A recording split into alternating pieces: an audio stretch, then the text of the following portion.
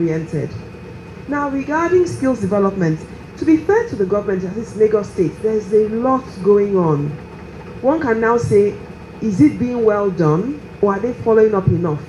Because if you train a poor man only knows poor people. It's difficult for him to actually have access to markets.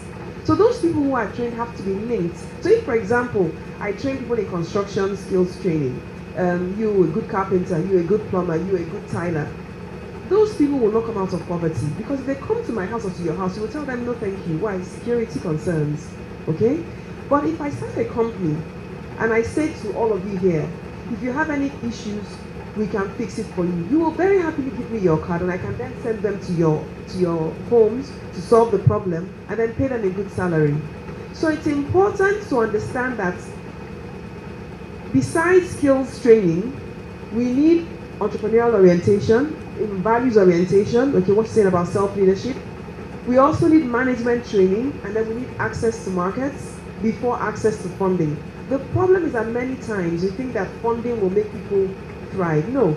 Even if I give you, it's like telling me I'm not a pilot, okay? If you give me $1 billion, I still can't fly a plane. If you make it 10 billion, I still can't fly a plane. So if I don't know how to run a business and you give me money, I will waste it. So training before funding, that's fundamental, okay? So skills, not enough. Mindset reorientation, management training, and then access to markets before access to funding, if you ask me. Thank you. Thank you, Doctor. Gentlemen, about community issues. One of the key values of an entrepreneur, I'll name two: adaptability, innovation. So when I came into the Niger Delta, obviously in the Gambia, it's so peaceful that we never had those issues, but I had to learn. So that's what entrepreneurs do. So one of the things we did was to train the community boys as contractors. And today, in the Gambia, I have some community contractors, people who came from Okrika or Kujago, all those places now. They're no longer criminals or looking for money, but they're there building the houses themselves. So one of the sustainable development goals is about engaging the community. The community as stakeholders, and you must engage them. But may I just further, Prof, you said something about education. Time was too short, but we need to be bold in this continent. We must shy away from dealing everything that is Oyibo. Our educational curriculum must be changed. How do you balance the two? I mean, I ask this question all the time. That a young boy at the age of 8, 7, you can send him to a football academy because you think that football, that's where the money is. But you cannot send him to go and learn a trade. If we follow our tradition of sending these young people, picking up trade at very young age, so it changes their mentality, they make more money. In the Oyibo way, it's child labor. So no, we are educating them for something that they will just cash, they will make money. But we need to just shy away from change our curriculum, and we need to be bold about this. And this must be done by good political leadership. I'm glad that His Excellency said so. One of the things that he wanted to wipe out was was corruption. But we must change. There is no norm in leadership. We just think that the ways of leadership is just following what is European or what is American. Anytime they come with their jargons, we just follow them. But we must go back that, look, this is our problem. We have actually, the figures, I collect a lot of data. In the Gambia, 400,000 kids are in school. That's almost 20% of our population. And guess what? At primary 6, after 6 years of schooling, half of them drop out. That's why we have all these young boys being criminal. We need to capture those people that are about to drop out and make sure they have a skill, and that will solve our problems. Thank you very much. The group in US called the 100 Men Black Club. Our motto is very simple. What they see, they become. And so when we deal with next generation, I think in terms of the skill acquisition, we need to elevate that and really show what it is. It's not only some electrician or a tiler. A tiler can become a supplier of tiles. electrician can become owning electrical company in different places. So I think we need to explain that. But people have talked about the fundamental flaw in our education. Is this that everybody must have a degree. And no matter what the degree is to elevate every profession. The other part of it, the practical experience, and when we started trying to get young people to come in, especially the men, they said, you will not get them. Why don't you have people doing tasks? Okay, they will never come. But as you probed it in, they said they will prefer to drive keke, which is true. But when they drive keke, at the end of the day, they get $500 naira or 1,000 naira. That solves the daily, that need. If we are going to do this, you really have to get into the needs. So when I talked to the guy that learned electricians, you are going to train them for 3 years. How much do you pay them? I'm training them. But what about if after the first year, they now serve as part of their journey people and you give them pocket money? That's how we solve that. Some of them don't have transport money. You need to think about if they are making 2 drops to get to that school, they are not going to be in school unless someone thinks about how to get there. So if we're going to get this, it has to be a comprehensive look at the issue, think about the investment that needs to be made, and after those people are done, how do we guarantee that you don't take them for granted when they come to my house, whatever I want to pay? In the United States, for example, they have home advisors that essentially group all these artisans. They help them get to the market, because when I go to home advisor, I wanted to fix my pool, it gives you, they've screened them, they've screened their skill set. They send you 3 or 4 people that comes in and they give you their quote.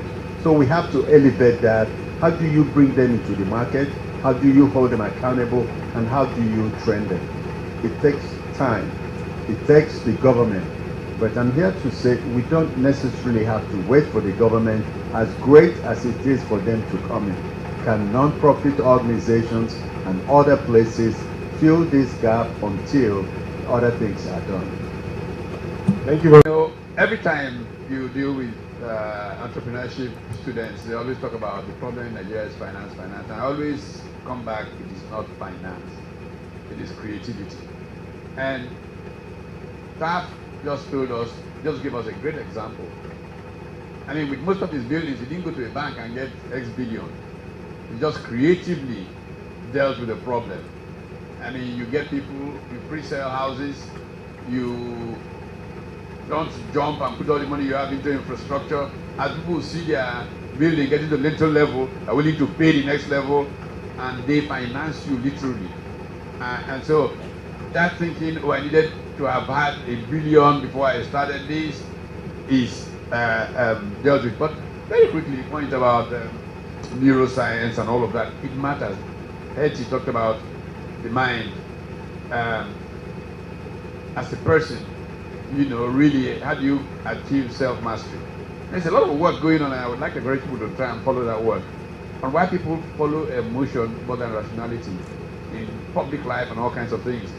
There's a center at Harvard now run by a gentleman called Joshua Green, Center for Moral Cognition, that brings together neuroscience, psychology, and philosophy in trying to understand human behavior in some of these problems. And I think that if we understand people well, we can get around many of the challenges that entrepreneurs do have. But very importantly, we've got to solve their problem, just as, again, I think Mustafa just said, look at what the bottlenecks are, and I did also said it, and intervene in a way that facilitates. There's an approach, there's a tripartite approach to development. Conference in Nairobi in 1985, sponsored by the African Foundation, dealt with it. How does the public sector, the private sector, and the so-called NGO sector, if you want to call it that, back those days they called them PD, private development agencies, PDAs. How do they collaborate to make progress? There are things that PDAs will do much better than the private sector, that things that government will do much better. There has to be a collaboration of all of these people in a holistic way, and that can solve many of these problems.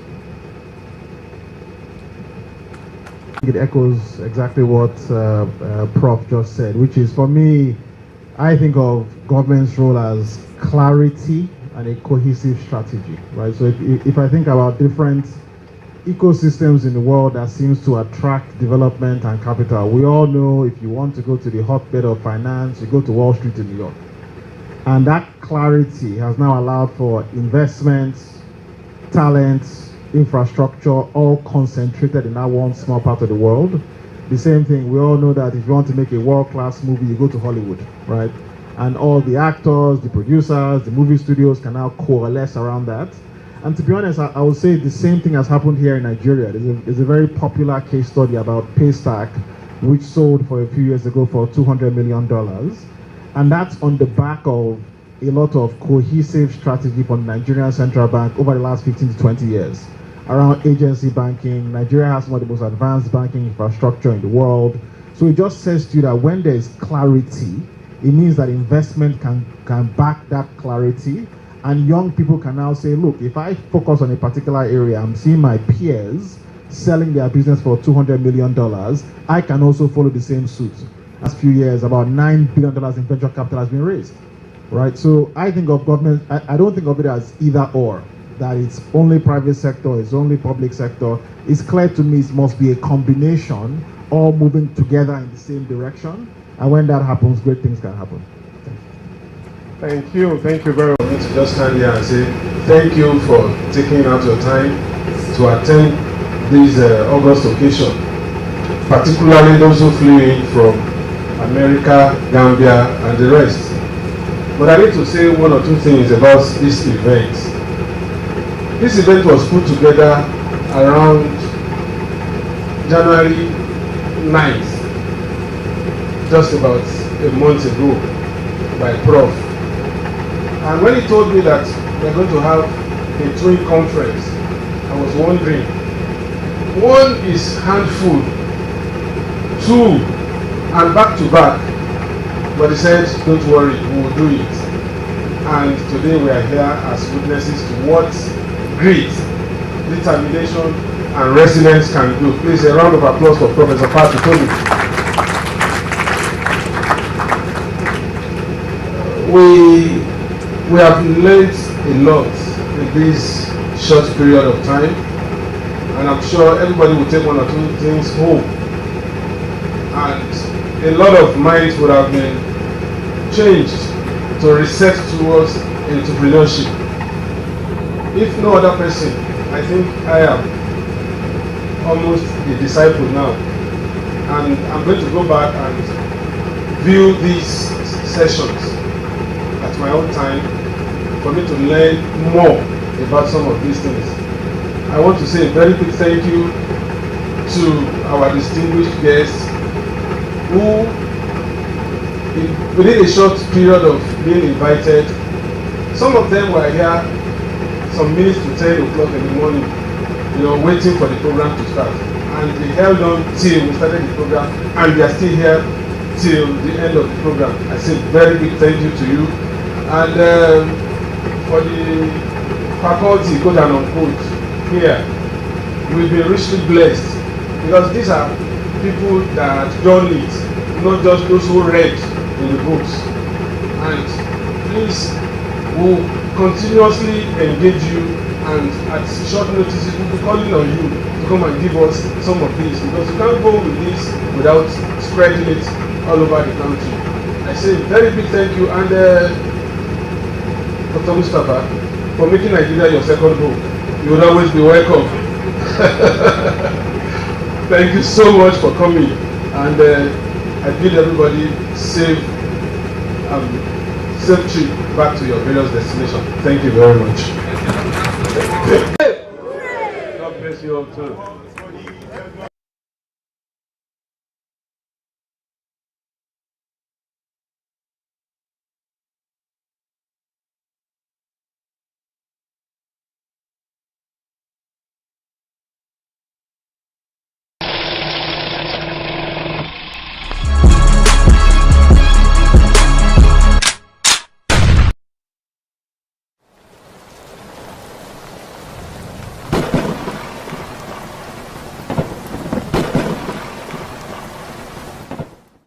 intensely on Hustle City. Oh, bro, I don't tire. No. You see, more fine bike, I beg. I don't tire. More fine bike. We just say we never lost, so we just the waka like Super Mario waka, I beg. Always exercise the legs a little to allow blood flow. Blood clot is very dangerous, alright? No be the glass be the issue. I dey ask you that place. Go dey open. You know they open if we knock. No, as in, 1, get ready. 2, get set. Your car keys. Where are you coming from? What do you want? The car supposed to be that boat now. No, we're not open the boat here now. He's inside. Inside. Yes. I hope this is not what I'm thinking. What is okay? Pastor has been kidnapped. I think he has been kidnapped.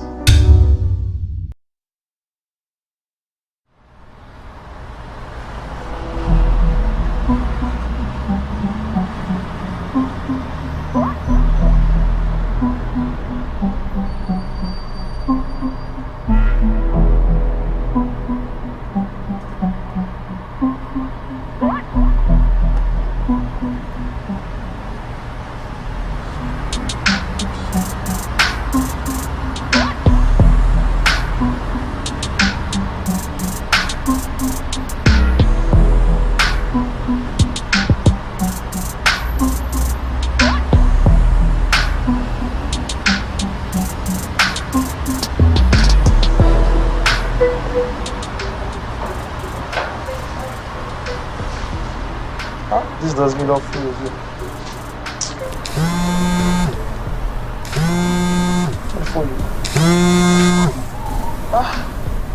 I see this girl coming for you.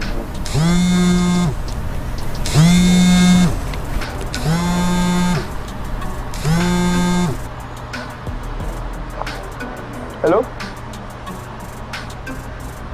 No, I'm not there house. I know there, I come out. Where I did like this far, you don't feel come, I come out.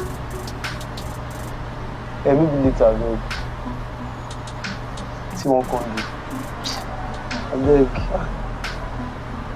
This guy doing inside, I know.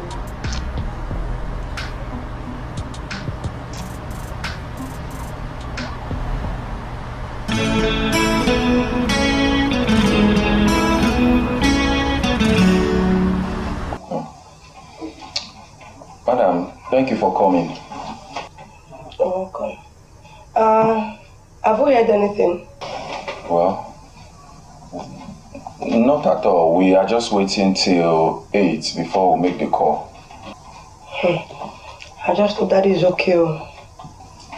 We are hoping so too.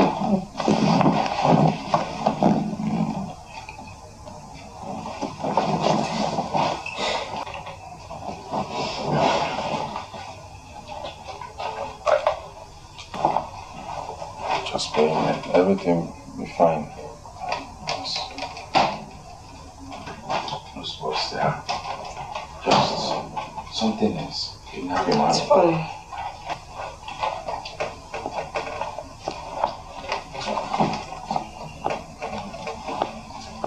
Thank you. Uche, can you recognize any of them? No, he wasn't even around. I left him right here on this seat. I just went outside. It was not up to 15 minutes just to get a recharge card.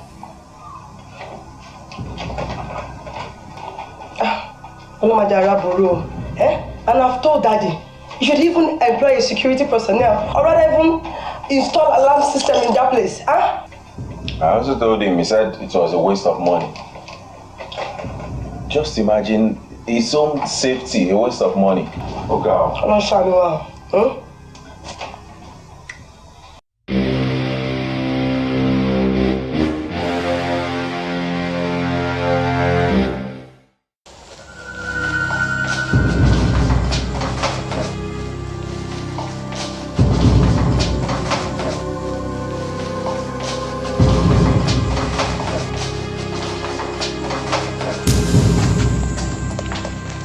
See, guy. We follow keep this guy for this house. Keep your voice down. It's not about keeping the voice down. There are bushes there where we have kept this guy.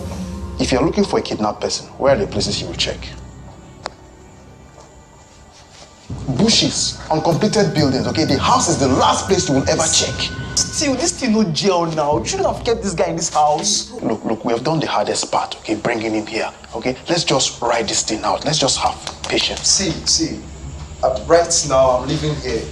I'm going to see Lyricist. I'm leaving this house for you. You want to go, fine, man. But wait. Why you not the one that was talking about using guns and grenades? Abi, you don't fear now, eh? Bros, I don't deal with this one. I'm out. And please, don't enter that room, I beg. Don't enter that room. I tell you, don't enter that room, man.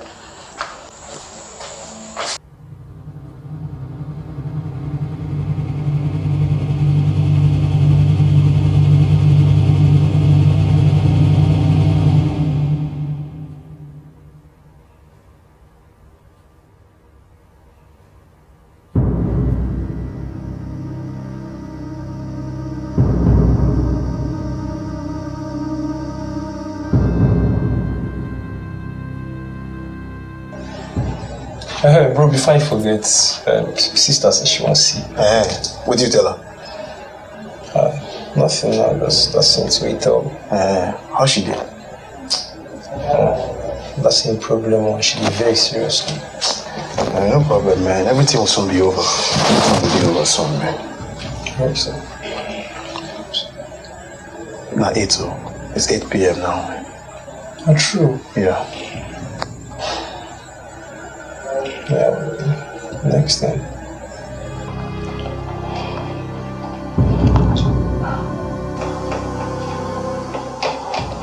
I hope you're not trying to make a call.